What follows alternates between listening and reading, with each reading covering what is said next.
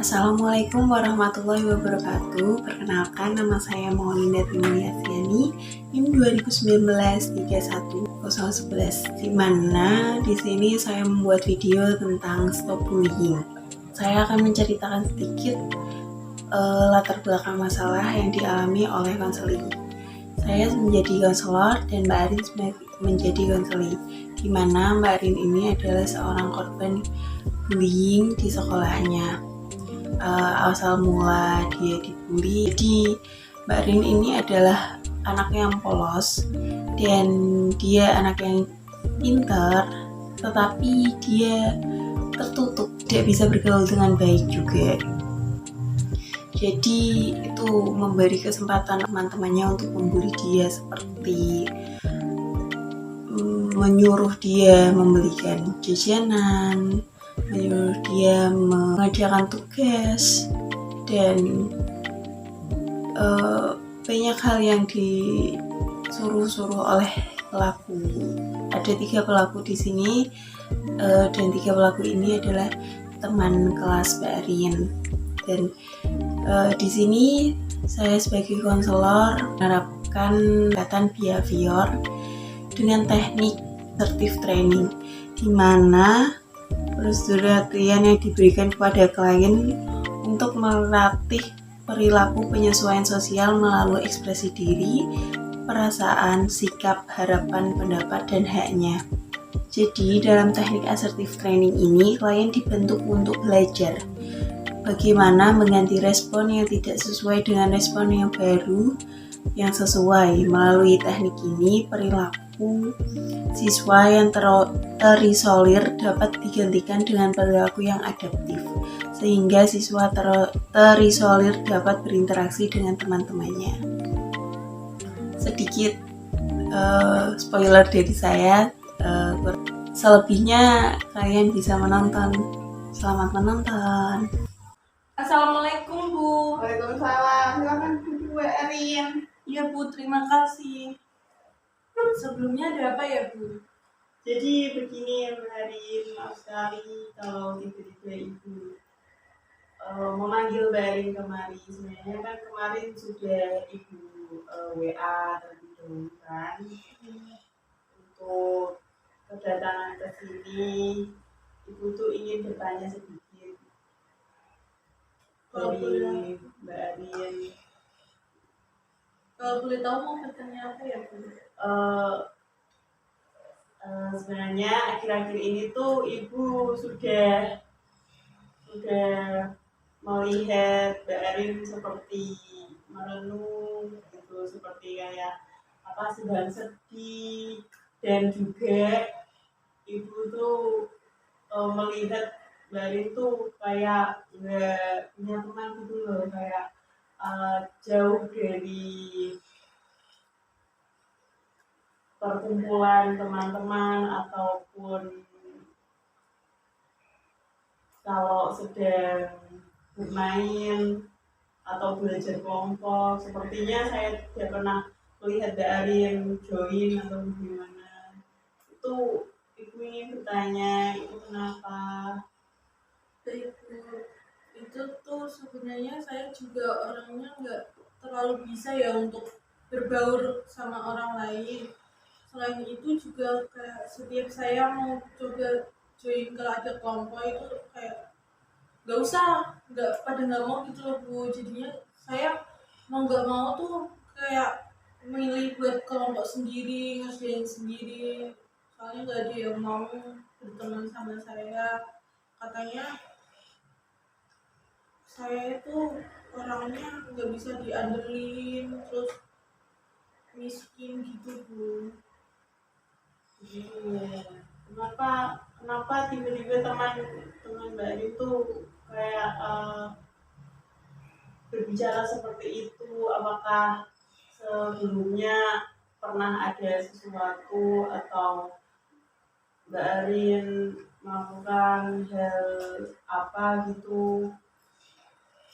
Sebelumnya saya pernah disuruh untuk kayak waktu istirahat itu disuruh beli makanan buat dia, tapi saya menolak Bu, soalnya saya nggak berani juga buat ke kantin, sama juga saya mau ke perpustakaan ada keperluan. Nah setelah itu tuh kayak saya sering diganggu sama mereka, kayak meskipun saya lagi duduk itu saya sering kayak ditarik jilbabnya, terus saya kayak dikucilin di kelas juga, jadi mau nggak mau kan apa-apa saya sendiri, nggak ada yang mau berteman sama saya. Berarti memang penyebabnya itu dari teman-teman baru yang tidak mau teman dia. Iya Bu, mereka seperti memilih-milih berteman, nggak mau berteman sama yang nggak itu sama mereka. Jadi saya juga nggak berani ngedeket ke mereka, takut. Sebelumnya nggak apa-apa kalau Mbak Rin mau cerita, itu kan ibu siap membantu Mbak Rin dan ibu juga bakal merahasiakan semua yang Mbak Rin ceritakan, terlebih juga Mbak Rin sudah percaya dengan ibu. Apakah sebelumnya nggak ada teman yang mau berteman dengan Mbak Rin atau sebelumnya sudah ada lalu dia pergi atau bagaimana? Sebelumnya ada Bu satu, nggak perlu disebutkan nama, nggak apa-apa ya Bu. Itu dia dulu sering ngajak saya keluar kayak ke kantin bareng, sering ngajak ngobrol saya, tapi semua itu tuh kayak tiba-tiba dia berubah, saya juga nggak tahu kenapa. Terus saya akhirnya memberanikan diri ngomong langsung ke dia karena saya merasa teman saya cuma dia, jadi kayak saya nggak mau menyia-nyiakan punya teman, baru pertama kali punya teman dekat kayak gitu sama dia, jadi saya nggak mau hubungannya renggang. Saya tanya kenapa kamu jauhin saya, ternyata itu ada yang nuduh saya Bu, bilangnya saya yang mengambil barang dia, yang nyuri uang dia, padahal saya nggak melakukan itu Bu, karena saya juga nggak berani, apalagi dia teman dekat saya. Kok bisa sampai ada fitnah seperti itu? Itu awalnya bagaimana? Sepertinya masalah yang selain dia nyuruh saya buat beli makanan di kantin itu kan, saya juga sempat kayak disuruh iya menolak putus, selanjutnya tuh masih diganggu kayak nih disuruh ngerjain tugas dia, tapi kan saya juga nggak mau Bu, di rumah ada kesibukan lain, terus habis itu saya juga punya tugas lain, jadi saya nggak bisa. Aku bilang aku nggak bisa, aku ada tugas lain juga, nggak bisa ngerjain punya kamu. Aku nolaknya harus nggak yang kayak langsung marah-marah ke dia, enggak, soalnya juga aku kan nggak berani, malah kayaknya dia nggak terima, mungkin saya belum tahu juga, tapi mungkin dia yang fitnah saya juga. Jadi memang yang fitnah kamu dengan kamu sekelas itu memang sudah memiliki niat ya sama kamu, seperti memang dari sebelumnya dia tuh sudah jaga sama kamu.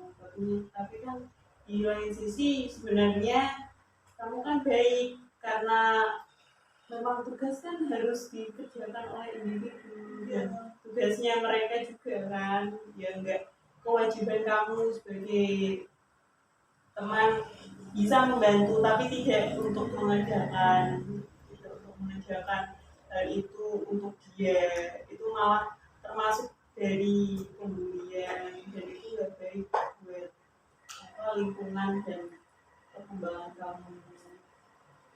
Kalau Iya Bu, itu juga agak mengganggu, kayak sekarang saya benar-benar jadi tambah gak berani buat dekat ke orang lain, takut untuk berteman gitu-gitu Bu. sebelumnya ibu mau bertanya ya tentang orang tua kamu, boleh kan? Eh, jadi kalau orang tua kamu itu nggak tahu nggak tentang masalah ini, atau Mbak Arin pernah bercerita atau bagaimana? Saya saya nggak pernah cerita ke orang tua saya karena mereka juga sibuk.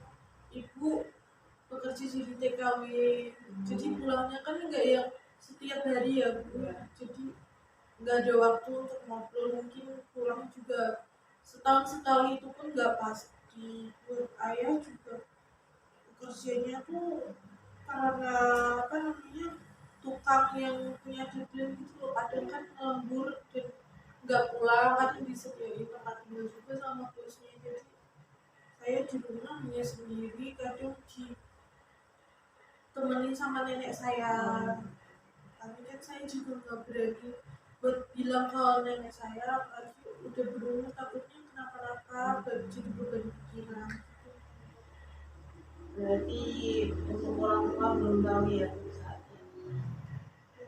Saya takut mereka berpikiran Mbak Ani punya saudara? juga. Dulu pernah punya, tapi hampir punya, tapi orang tua tetap punya. Ibu turut sedih ya. Jadi kalau terlebih ayah kamu nggak pernah pulang juga, kamu pernah nggak kesepian gitu di rumah? Kalau ditanya seperti itu sering, apalagi di rumah sendirian. Nenek kan cuma beberapa kali aja datang, kadang cuma jenguk habis itu balik lagi ke rumahnya, soalnya gak yang jauh-jauh banget tapi kan butuh waktu juga. Jadi di rumah sendirian bikin diri kayak ngerjain tugas, belajar, nonton TV gitu-gitu. Saya juga pengen kumpul kayak orang lain sama keluarganya, bercanda. Meskipun bapak pulang juga 1 minggu sekali, bapak pulang dulu, tapi kan hari-hari yang sebelum ibu bapak pulang kan pasti saya merasa kesepian. Lalu sebelumnya pernah nggak ada pikiran buat bertanya sama orang tua atau bercerita tentang kehidupan seperti sekolah atau yang keinginan Mbak Arin untuk berdiri? Saya nggak berani bilang, takutnya mengganggu mereka. Mereka sudah mempunyai kesibukan masing-masing dan juga gak mau ngebebanin juga, soalnya saya merasa kayak saya sudah dikasih fasilitas kayak motor, sekolah, masa saya masih apa minta-minta untuk ini itu. Bahkan saya kayak merasa pengen kerja part time saja biar mengusir rasa jenuh saya juga Bu, biar gak merasa kesepian. Tapi saya nggak tahu juga cara ikutnya gimana, apalagi saya nggak punya teman gitu. Sebenarnya nggak apa-apa sih kalau Mbak Arin tuh ingin bercerita sedikit atau mengutarakan keluh kesahnya lah kepada orang tua. Bagaimanapun kan orang tua masih, Mbak Arin kan masih tanggung jawab orang tua, jadi apa-apa tuh memang harus ditanggung orang tua. Terlebih nanti malah kalau Mbak Arin sakit atau bagaimana, nanti kan orang tua yang khawatir sendiri gitu. Bukan merepotkan, tapi memang tidak apa-apa sesekali untuk bercerita atau setidaknya ada sedikit komunikasi lah dengan orang tua. Terlebih Mbak Ani kan jarang bertemu dengan orang tua. Jadi nggak apa-apa kalau misal sekedar tanya kabar atau tanya sudah makan atau belum, kegiatannya apa, nggak apa-apa. Karena juga Mbak Arin kan sibuk sekolah juga, terus jadi waktu untuk bersama keluarga itu sangat sedikit. Tapi saya merasa jauh, bukan jauh, tapi lebih ngerasa dekatnya kepada nenek, mungkin gara-gara nggak yang terlalu sering seperti orang tua saya yang pergi gitu. Jadi ya kadang kalau sakit juga yang merawat nenek, yang kadang bikinin makan juga nenek.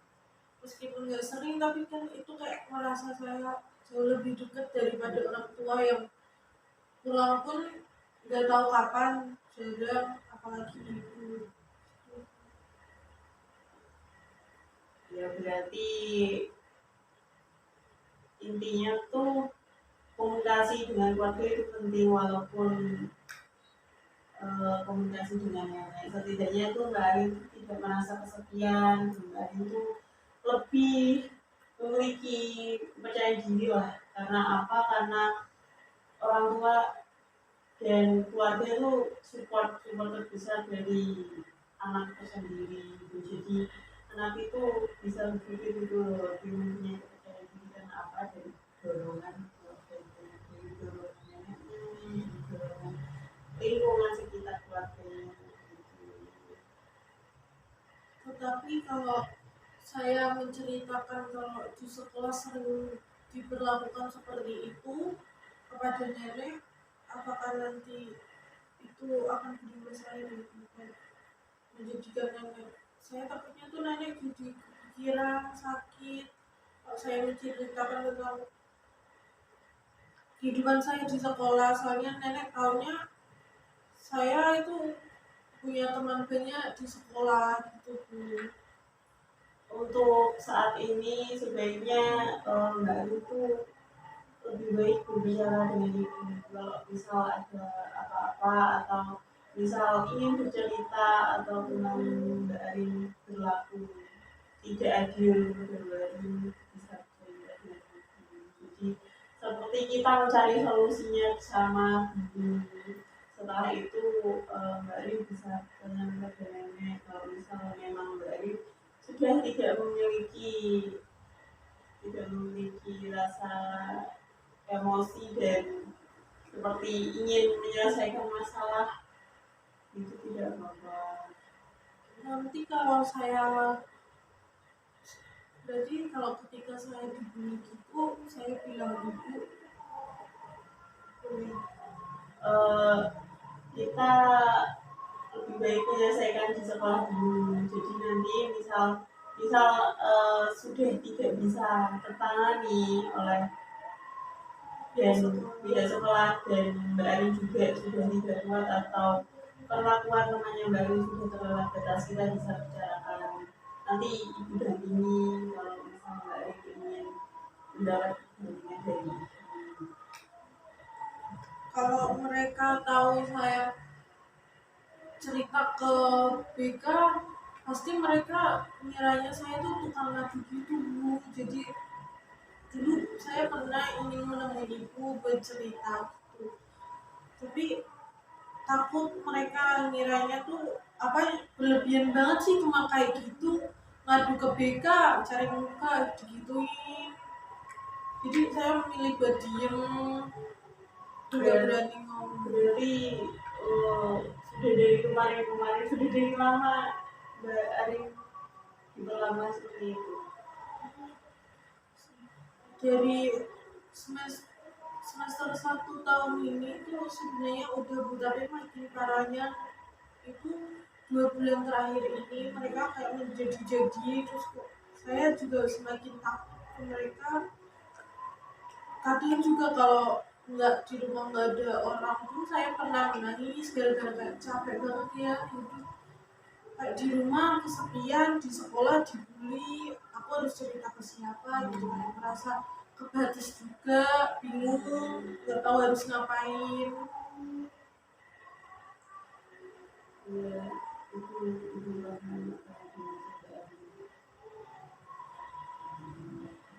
memang kita tuh harus perlu membicarakan suatu masalah dengan orang lain dan juga sebenarnya sudah keterlaluan jika itu udah termasuk hal membuli ya, karena itu tidak tidak tidak di tidak diperbolehkan waktu sekolah, karena itu harus dimusnahkan di sekolah. Jadi kita tuh menjadi seperti Mary menjadi korban ya, apalagi Mbak Erin kan ketakutan, jadi kayak bingung mau minta tolong ke siapa.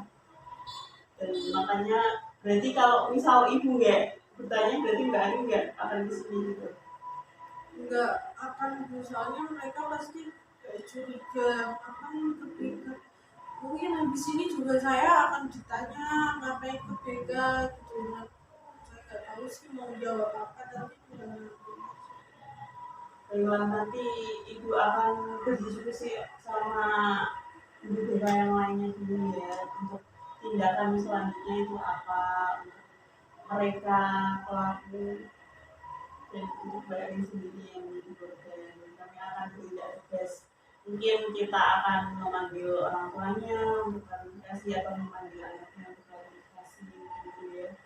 Jadi Mbak Erin itu tidak usah takut lagi lah, tidak usah cemas. Misal kalau dia ingin membuli Mbak Erin, sebisa mungkin Mbak Erin itu jangan sendirian, dan sebisa mungkin Mbak Erin itu mencari teman dulu, mencari teman yang satu, untuk agar Mbak Ayu tuh punya, bukan backingan ya, maksudnya tuh support buat Mbak Ayu tuh berani untuk tidak diinjak-injak lagi oleh teman-teman. Terus untuk teman bercerita agar Mbak Ayu kesepian teman nongkrong, jadi Mbak Ayu tuh tidak terlalu kalut lah dengan masalah-masalah yang terjadi di sekolah. itu nanti saya akan mencoba cari teman untuk lebih ada teman bercerita ataupun support system buat saya sendiri. Baik, Ibu akhiri di sini dulu ya. Untuk tindak lanjutnya Ibu akan segera kabari Mbak Ani, dan saya akan berdiskusi dengan guru BK yang lain untuk ini sudah keterlaluan lah, sudah ada korban, dan kan kami tidak ingin ada korban yang lainnya. Terima kasih sudah mempercayai Ibu dan sudah berterus terang lagi. Iya Bu, sama-sama. Makasih juga sudah membantu saya mencari solusi. Iya. Permisi Bu. Iya. Assalamualaikum. Waalaikumsalam. Silakan duduk Mbak Erin. Makasih Bu. Ada apa ya Bu? Jadi Ibu memanggil Mbak Erin karena ada Ibu sudah berdiskusi dengan guru-guru yang lain, dan sebelumnya Ibu ingin bertanya sedikit. Kita bicara ngobrol-ngobrol biasa. Gimana perkembangan teman Mbak Erin atau keluarga? Kalau untuk teman, saya sekarang udah nggak berani untuk bukan menentang, tapi kayak berani menolak secara tegas gitu loh Bu. Emang benar enggak, terus kalau dia melakukan hal lain, saya mungkin membalasnya tapi enggak yang melukai dia cuma dengan kata-kata aja, tapi itu enggak yang sampai separah dia gitu Bu. Untuk kalau di rumah saya udah berani cerita ke nenek, tapi itu kayak masih yang cerita yang biasa kayak, "Nek, aku di sekolah sebenarnya nggak punya temen gitu." Terus nenek kayak langsung sedih peluk saya, terus bilang yang sabar, nanti juga ada temen kamu yang datang buat bantu kamu gitu. Oh, berarti Mbak Erin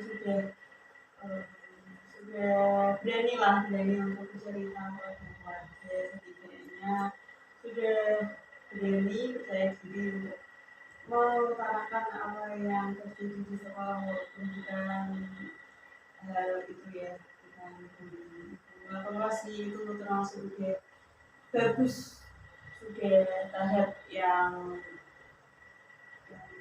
langkah yang bagus dan semoga kedepannya juga Mbak Arin bisa mengutarakan lebih jauh lagi dan menyelesaikan hal seperti ini pada orang tua. Dan bagaimana dengan teman sudah ada itu sudah memiliki teman atau sudah um, memiliki rasa percaya diri untuk berteman kembali atau memulai pertemanan? Saya sedang memulai pertemanan. Saya mencoba untuk meyakinkan diri saya untuk ayo cari teman, cari berinteraksi sama orang lain agar orang lain tahu kalau aku ini enggak yang segampang itu gitu loh. Terus jadi saya mencoba untuk meyakinkan diri saya sendiri, ngobrol ke orang lain, terus kadang ngajak kenalan meskipun ada juga yang menolak gitu, tapi ya wajar, namanya juga nggak kenal. Saya juga lagi mencoba tahap untuk percaya diri itu, tapi saya sudah mulai, tapi untuk sekarang teman belum ada, tapi saya akan mencoba dulu. Sudah setidaknya Mbak Arin itu sudah mau berusaha dan membuka diri lah kepada orang lain, mempercayakan orang lain sebagai temannya Mbak Arin. Untuk saran dari ibu sih bisa dari hobi yang sama atau tidak harus di sekolah, bisa saja di luar sekolah, bisa teman les ataupun teman bermain, teman di sekitar rumah juga bisa. Jadi tidak harus di lingkungan sekolah untuk bisa mempunyai teman. Jadi kita tuh bisa mempunyai teman dari mana saja, bisa dari online. Sekarang kan serba online dan serba digital ya, jadi baru juga bisa berteman melalui sosial media, tapi dengan syarat itu ya harus dijaga-jaga juga, jangan terlalu mengekspos segala tentang Mbak Arin kepadanya, karena kan tidak tahu juga, belum tentu orang itu baik kan. Dan untuk misalkan kalau bertemu langsung kan beda dari sosial media, jadi Mbak Rina bisa melihat dari segi juga atau tidak. Jadi lebih berhati-hati sekarang berteman, dan semoga saja tidak terulang kembali masalah seperti kemarin. Iya Bu, tapi untuk masalah yang kemarin itu bagaimana ya Bu tindakannya, apakah saya boleh tahu? Jadi begini, kemarin ibu dan guru yang lain itu memiliki seperti kemarin sudah didiskusikan setelah Mbak Arin pergi itu, langsung saya diskusikan itu memiliki rencana untuk memanggil pelaku